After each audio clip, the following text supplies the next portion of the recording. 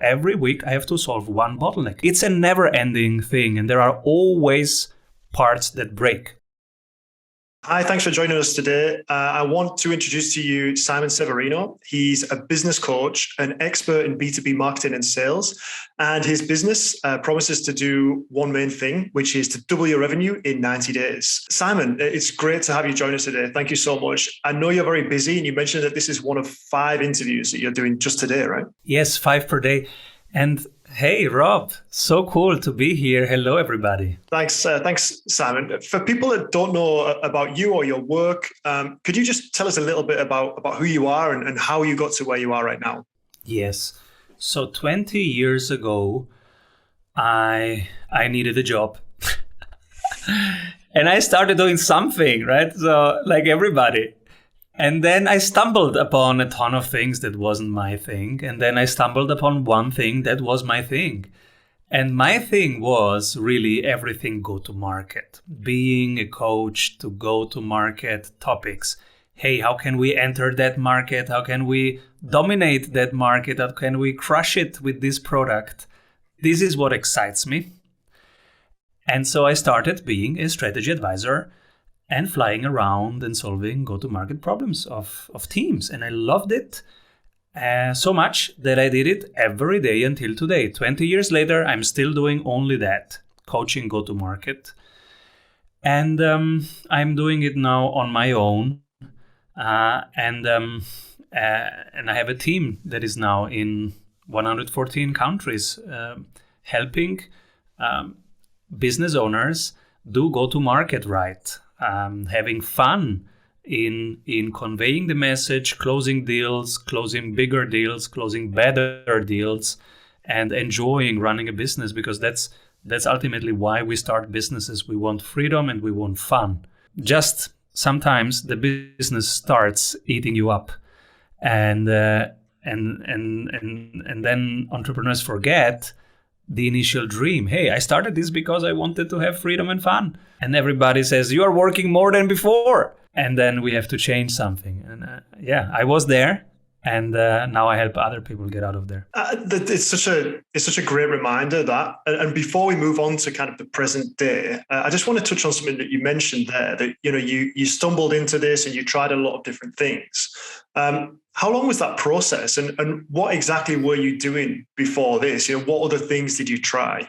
My 20s were an exploratory process. Try this, try that, try that. So.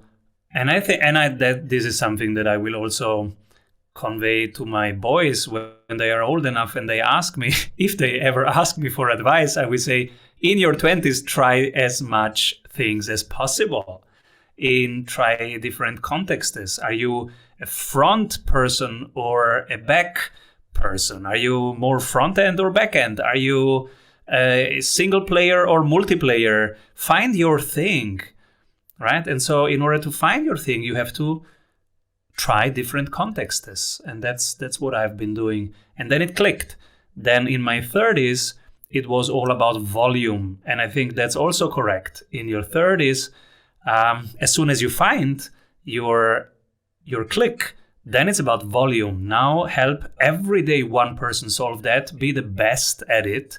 And if you do this for a year every day, you will have 365 superfans. You don't need more than that. You don't need more than that. From there, you can scale. Now you have the foundations for a possible real business. And that's what I did then in my 30s. Volume. Now I'm in my 40s. And now I am just the CEO. I'm out of operations. I'm retired from operations. I do hiring, culture, community building, talking on podcasts, writing books, and investing in crypto as part of, balance sheet management, cash flow management, and wealth preservation. It sounds like it's been quite a journey. And I really enjoy that, because I know, we're in the midst of the Great Resignation. Everywhere you look on LinkedIn, you read about that. And it's true, there's a couple of stages that you mentioned there. And I think that's really, really valuable. Looking again at the present now and about your current business, you mentioned you're the CEO, you set strategy, culture, the business itself. you guys help owners double their revenue in just 90 days using the strategy sprint method. Can you explain what that involves? Yeah. Without giving away the secret, obviously. Oh, there is no big secret. I can tell you everything. We are quite open source because that's our philosophy. The more open source you are, the more you learn. The more you outpace everybody. Because if somebody wants to do that, they have to learn faster than we learn. So we have 20 years learning already. So it's harder to enter. So people call us and say, Simon, I need a business that is independent from myself. I started this, I'm passionate about this, now it's eating me up. My friends miss me, my wife misses me, my kids miss me, I miss my life. And so in the first month, we get them out of the weeds. We free up 10 to 14 hours per week of their time by having better operations, better delegation, automating. There is so much wonderful software that can make your life easier. We help them do that. Month 2, we improve the sales workflows. Who is doing what in the sales team? What's the sales script? How do you apply it? We let them record their sales calls and then we give them exact feedback and say, look, this word, when you said this word, look at his body language. He told you no, you continued. That's why you lost that close. You didn't close that. Or in another, more product-oriented people, they were talking, hey, look, you were talking about features all the time. And so, yeah, it was a technical party. That's why you didn't close that. He doesn't care about the techniques. He doesn't care about what does he get? Where can you bring him? And then we have more marketing-oriented people. They listen and listen and listen and they understand totally, but they also don't close the deal because closing the deal is not just about understanding. It's also about getting to yes. And for that, you need the specific aggressivity of the last 5 minutes, and they usually are not good at that. So bringing these all together, the beginning, the listening, then in the middle, the offer, and at the end, the aggressive close, this is something that everybody wants to learn, needs to learn, because sales is the oxygen of every company. And in this funky year, you feel it, right? You feel it when it's missing. So we help them implement these revenue systems and also investment systems in the back. What do you do with the profits? How do you keep the profits? Right now, with all this inflation, depreciation of everything cash, how do you do cash flow in 2022? That's different than 5 years ago. So, when you're working with CEOs, obviously, it sounds like you identify the bottlenecks in their businesses. What would you say are the most kind of common bottlenecks that you come across with your, in your experience of working with different CEOs? We use the theory of constraints as our mental model. And that says every system has a throughput bottleneck. And we have simplified that. You have either a marketing bottleneck, a sales bottleneck, or an operations bottleneck. So you either don't get enough conversations done per week, or you don't close enough conversations per week, or you close them, you promise a lot, but then you under-deliver in delivering in operations.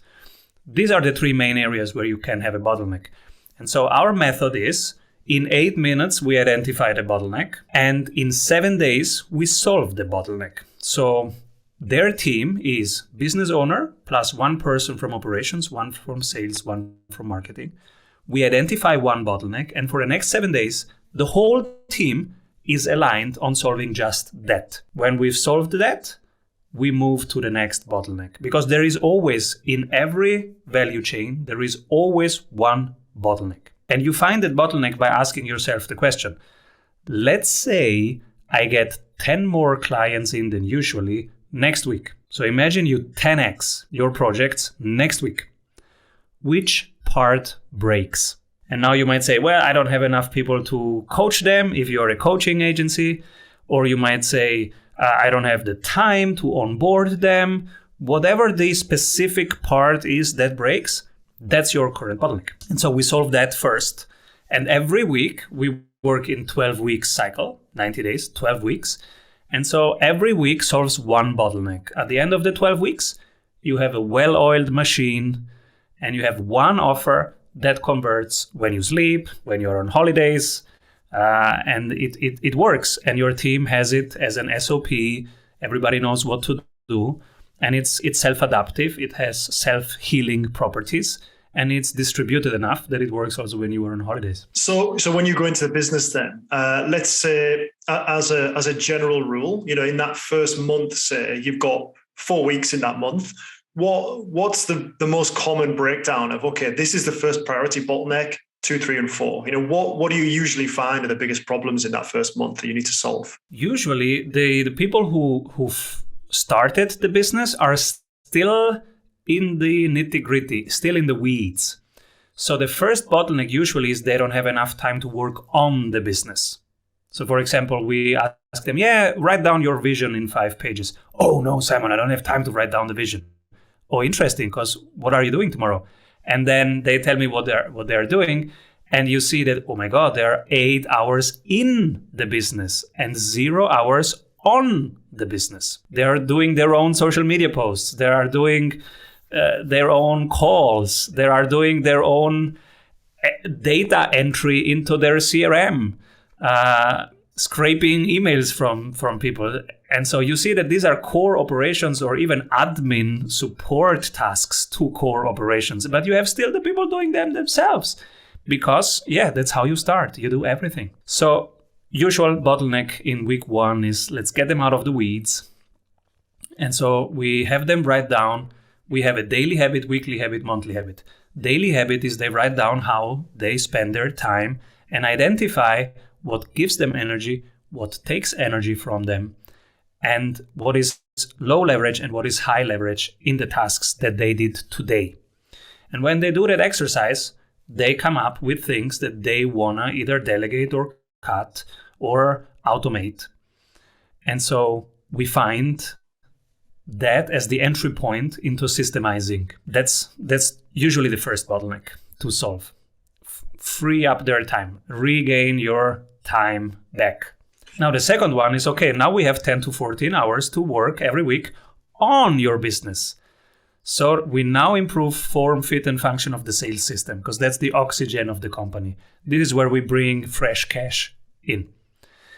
And that takes 1 month, 1.5 months.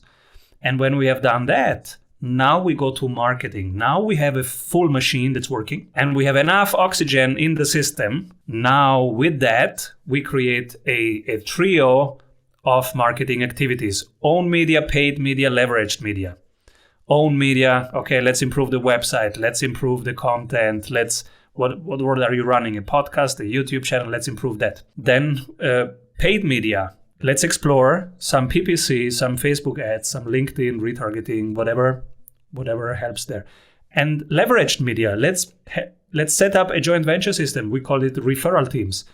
Build referral teams and we give them our swipe copies, and they can even have our referral teams if they want. We have a mastermind that is just about referral teams, and there are 64 people ready there to collaborate because that's why they are in the mastermind.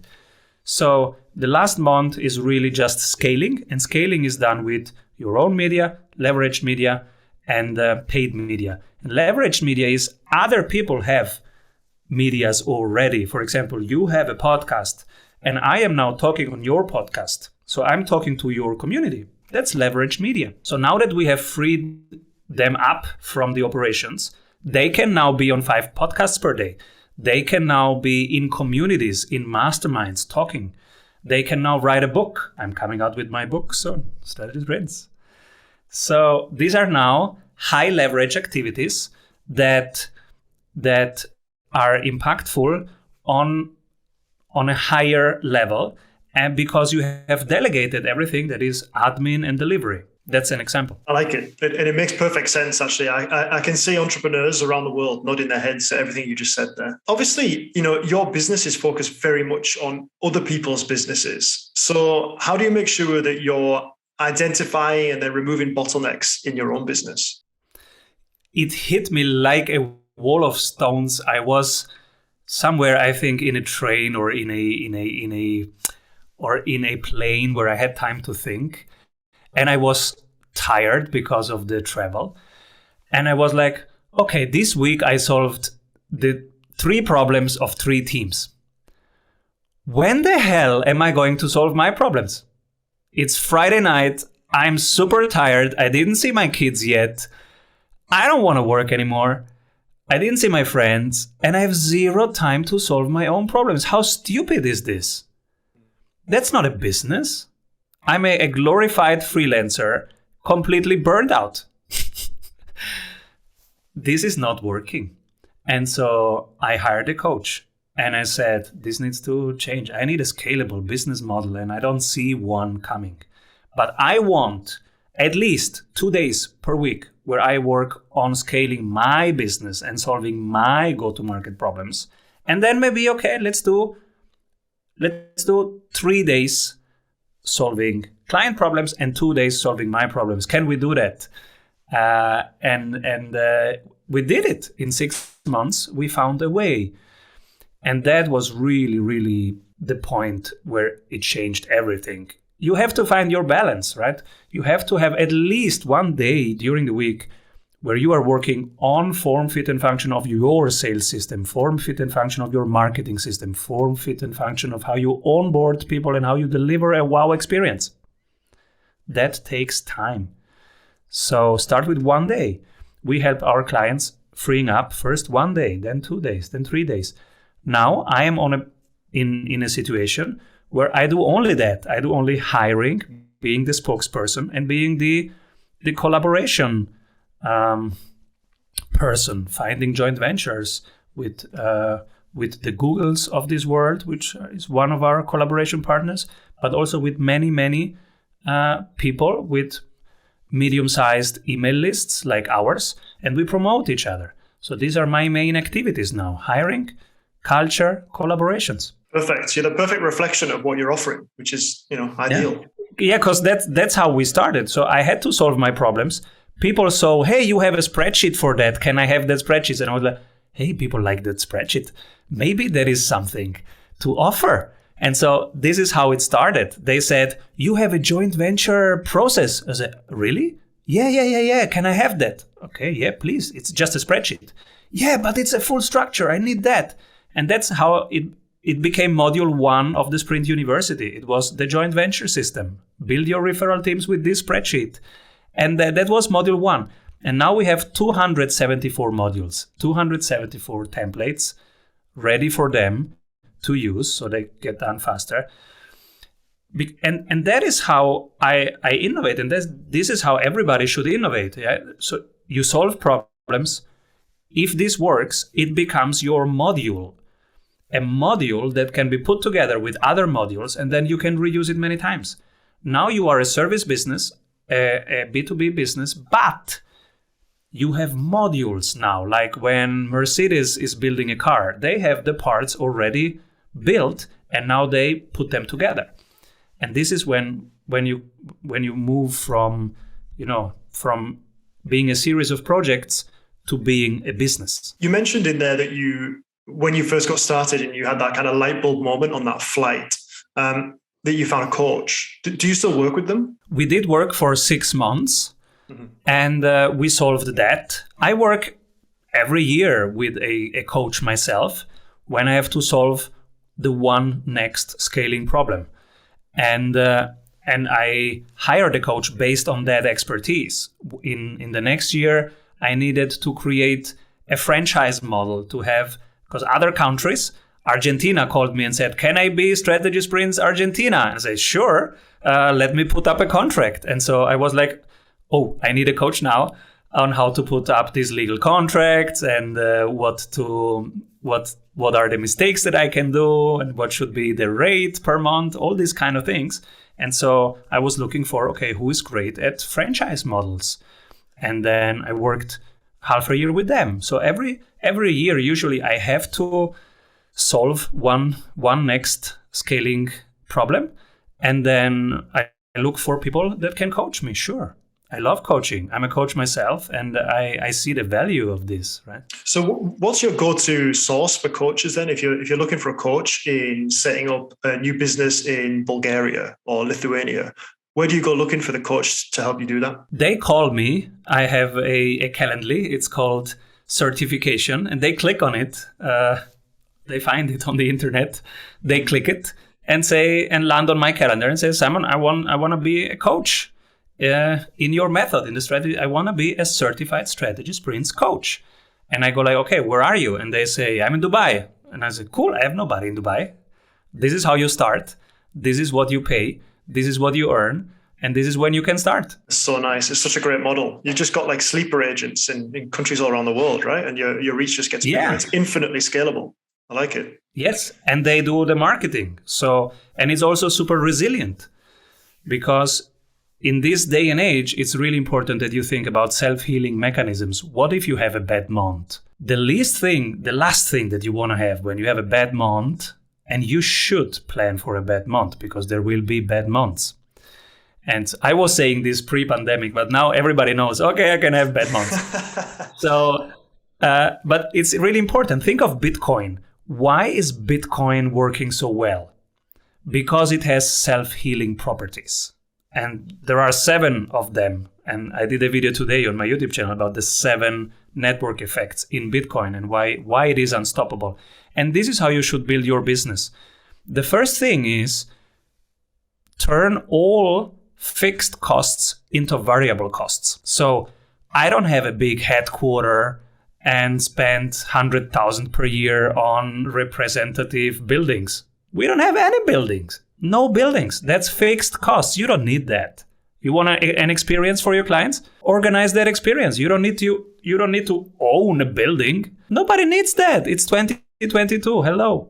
So fixed costs, turn them into variable costs. The same thing. Employees. Do you really need to pay 190,000 for a developer every year? No, you don't. You have phases of the year when you need more developers, and you need phases where you need less. So make the work project-based and not fixed, because it is not fixed. There are some months where I don't need anything. Like in August, nobody needs anything here. We are on holidays in August. And the same thing for December. But it's different in September. I need 8 developers every September. And so make them cyclical, seasonal, because your work is probably seasonal and cyclical. It's not fixed and always the same. So turn that into variable costs. When there is more work, there is more costs. When there is less work, there are less costs. This is just, if you look at nature, if you look at Bitcoin, if you look at network effects, this is how healthy things organize themselves. And it's simple to do. So back to my business model, yes, it's super resilient, because Argentina, they have their costs. And when they have more clients, they have more costs. And when they have less clients, they have less costs. I have always 0 costs. And if things scale up, I can scale up. But if things don't scale up, I have a knife. So worst case, I have a nice lifestyle business. That's a cool worst case to have. Yeah. Yeah, that's the dream of every entrepreneur, I think, but they just get lost at some point and lost in their own business. At this point, it sounds like your journey you've learned a lot and you've implemented those lessons. Like, is there any one particular challenge or one particular moment where you just thought, wow, I don't know if I'm going to get past this? Oh, every week. You too? Yeah, every week. Last week, I fired a marketing agency, and in the first month when I worked with them, I was so happy, and they made such a competent first impression. I was like, oh yeah, we are going to crush Facebook marketing now, Facebook ads. And then turns out week by week, excuses. And at some point I had to cut that project. And I was like, oh my God, this is never going to work. And then 10 hours later, I found a better person in another country. And now I'm happy again. And we test it again. Ask me in 2 months if it's working. So it's a never ending thing. And there are always parts that break. That's the bottleneck. So the same thing that we do with our clients, I have to do also. Every week I have to solve one bottleneck. This week it was hire a new marketing agency for the Facebook ads. And next week, I'm sure something will break again and I have to solve that. That's how scaling works. You optimize everything and then you grow to a next level. It's like a spiral up. And when you spiral up, everything breaks below. So you have to again organize for that next complexity level. That's life and that's business. You grow, you break things, you reorganize them. That's learning. Okay, this relates to something that you mentioned in the TED Talk. We've talked a bit here about things breaking, which ultimately is failure, right? This is what we're talking about. Whether that's a small setback or something that seems very profound that we really need to get over. You mentioned in your TED Talk, and I'm going to quote here, that our deepest fear is not failure. Our deepest fear is that we are impactful beyond measure. Can you break that down for us? Yeah, it's TEDx. It's not TED. There's a big difference there. A small word. It's just one syllable, but it's a huge difference. Yes, I was asked to talk at this TEDx, and I said, okay, what is one thing? This is not my usual target group. I'm not talking to business owners, and I'm now talking to everybody who has YouTube, and that's kind of everybody. So what can I share, actually? I just know business, and I just know scaling businesses. But is there a lesson there that I have learned that basically everybody can apply? And I was thinking a lot about that, and then I came up with, you know what? If you are in a social situation and you feel awkward, and you feel strange, and the people kind of don't like you for that, this is your asset. This is your strategic advantage. You are strange. You are unique. And if you're a human being, you are absolutely unique. There is only one of you. And that's wonderful. So learn from it, because groups will just make you aware of it. Take it. Take it. Embrace it. Learn from it. Make it your superpower, because it is your uniqueness. And this is what I learned in strategy, in how you enter a market. And this is, I think, something that applies also to my life, and to something that applies to my friends and my kids, etc. Everybody's unique, everybody's strange, and it's fine. This is your superpower. I like it. I think everyone can use that. Definitely that awkwardness feeling in a group is something that I think, well, I personally get semi-regularly. So I think, I'll take that on board next time I have that. Something else I want to touch on. We speak to a few kind of leaders about this, particularly, in your sphere of influence, which is LinkedIn. You've got a pretty big following on there.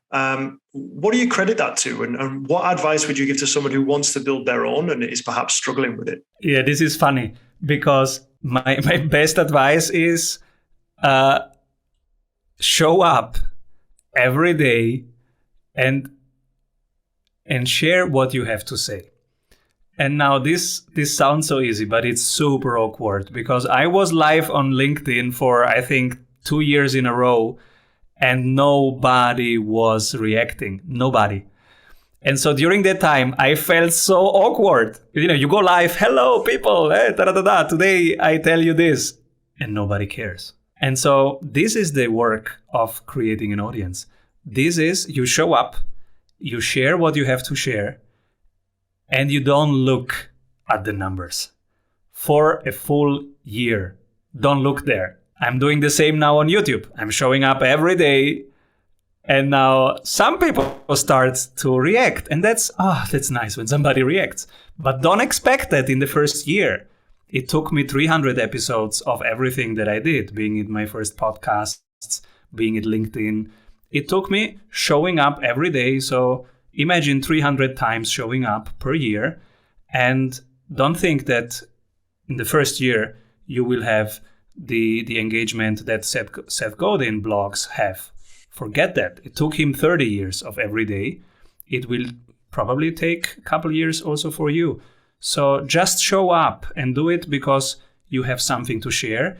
Don't do it because you want an immediate applause. There will be no immediate applause in the first year. So yeah, consistency then and dedication to it, I guess. Yes. And being aware that you are doing this because there is value. You are bringing value. That's it. You have something to say it. That's it. Don't expect anything. And when you talk about value, I mean, obviously you have so much to offer, and you're giving that daily.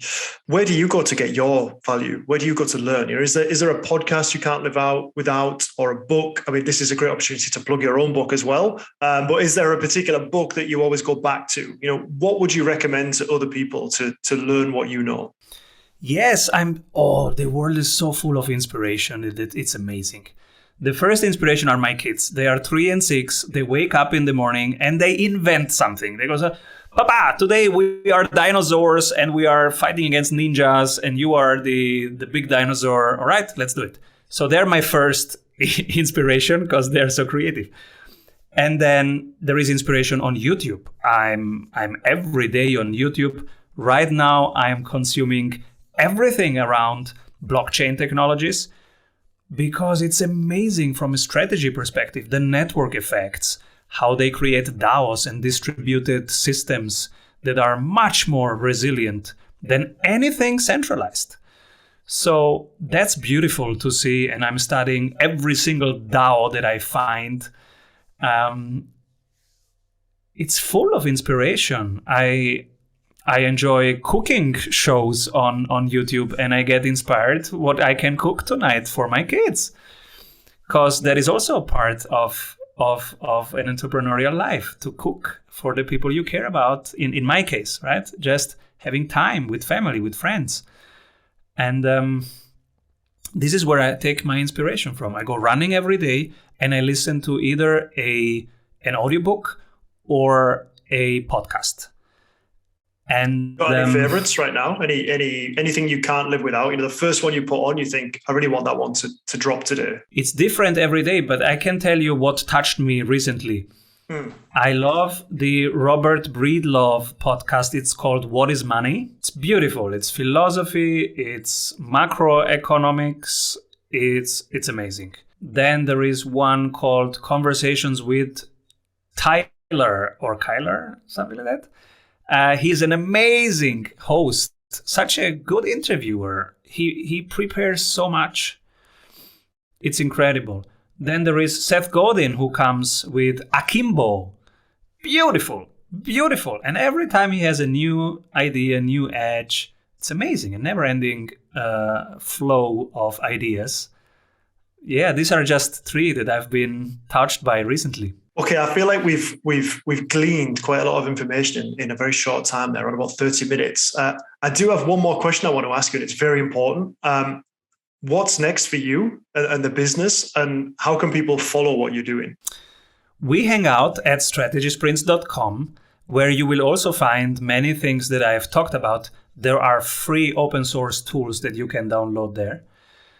And I've also a daily YouTube channel called Simon Severino, where I talk about what I have been learning today, and specifically what I've been buying and what I've been selling, because nowadays it's really hard to stay wealthy or to become wealthy. And so these are the main 2 things that I'm talking about. If you run a business, how you make sure that you have revenue systems that bring stuff in, but also that you keep what comes in, because it's not that easy to keep it. If you have it in cash, you lost it. Simple. So what to do? Every day I share one thing. And it's mainly about blockchain investments, of course. And then and stocks also. And so this is where I hang out. YouTube, Simon Severino, and strategysprints.com. And your book? Oh yeah, I have a book. Thanks. A book coming out in February. The book will be launched at the Growth Festival. So that's strategysprints.com/growth-festival. There will be 9 expert masterclasses on the 9 toughest things to solve. How to do sales, how to do marketing, how to do operations, the tough things. And we have Perry Marshall talking how to do stuff. We have Rita McGrath talking, really cool people. Anthony Iannarino, how to do sales, he will do a live objection handling where I throw objections at him, and he does live react to that, and he's amazing.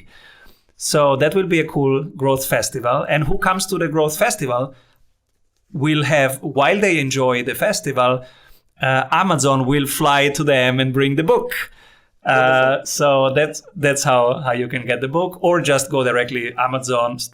It's called Strategy Sprints by Simon Severino. Brilliant. All right, we'll be sure to check that out. Simon, it has been amazing to have you today. Thank you so much just for sharing. I feel like it's the tip of the iceberg in terms of what you could share with us, but there's so much value here. So thank you very much for taking the time to speak with us. Thank you, and keep rolling, everybody.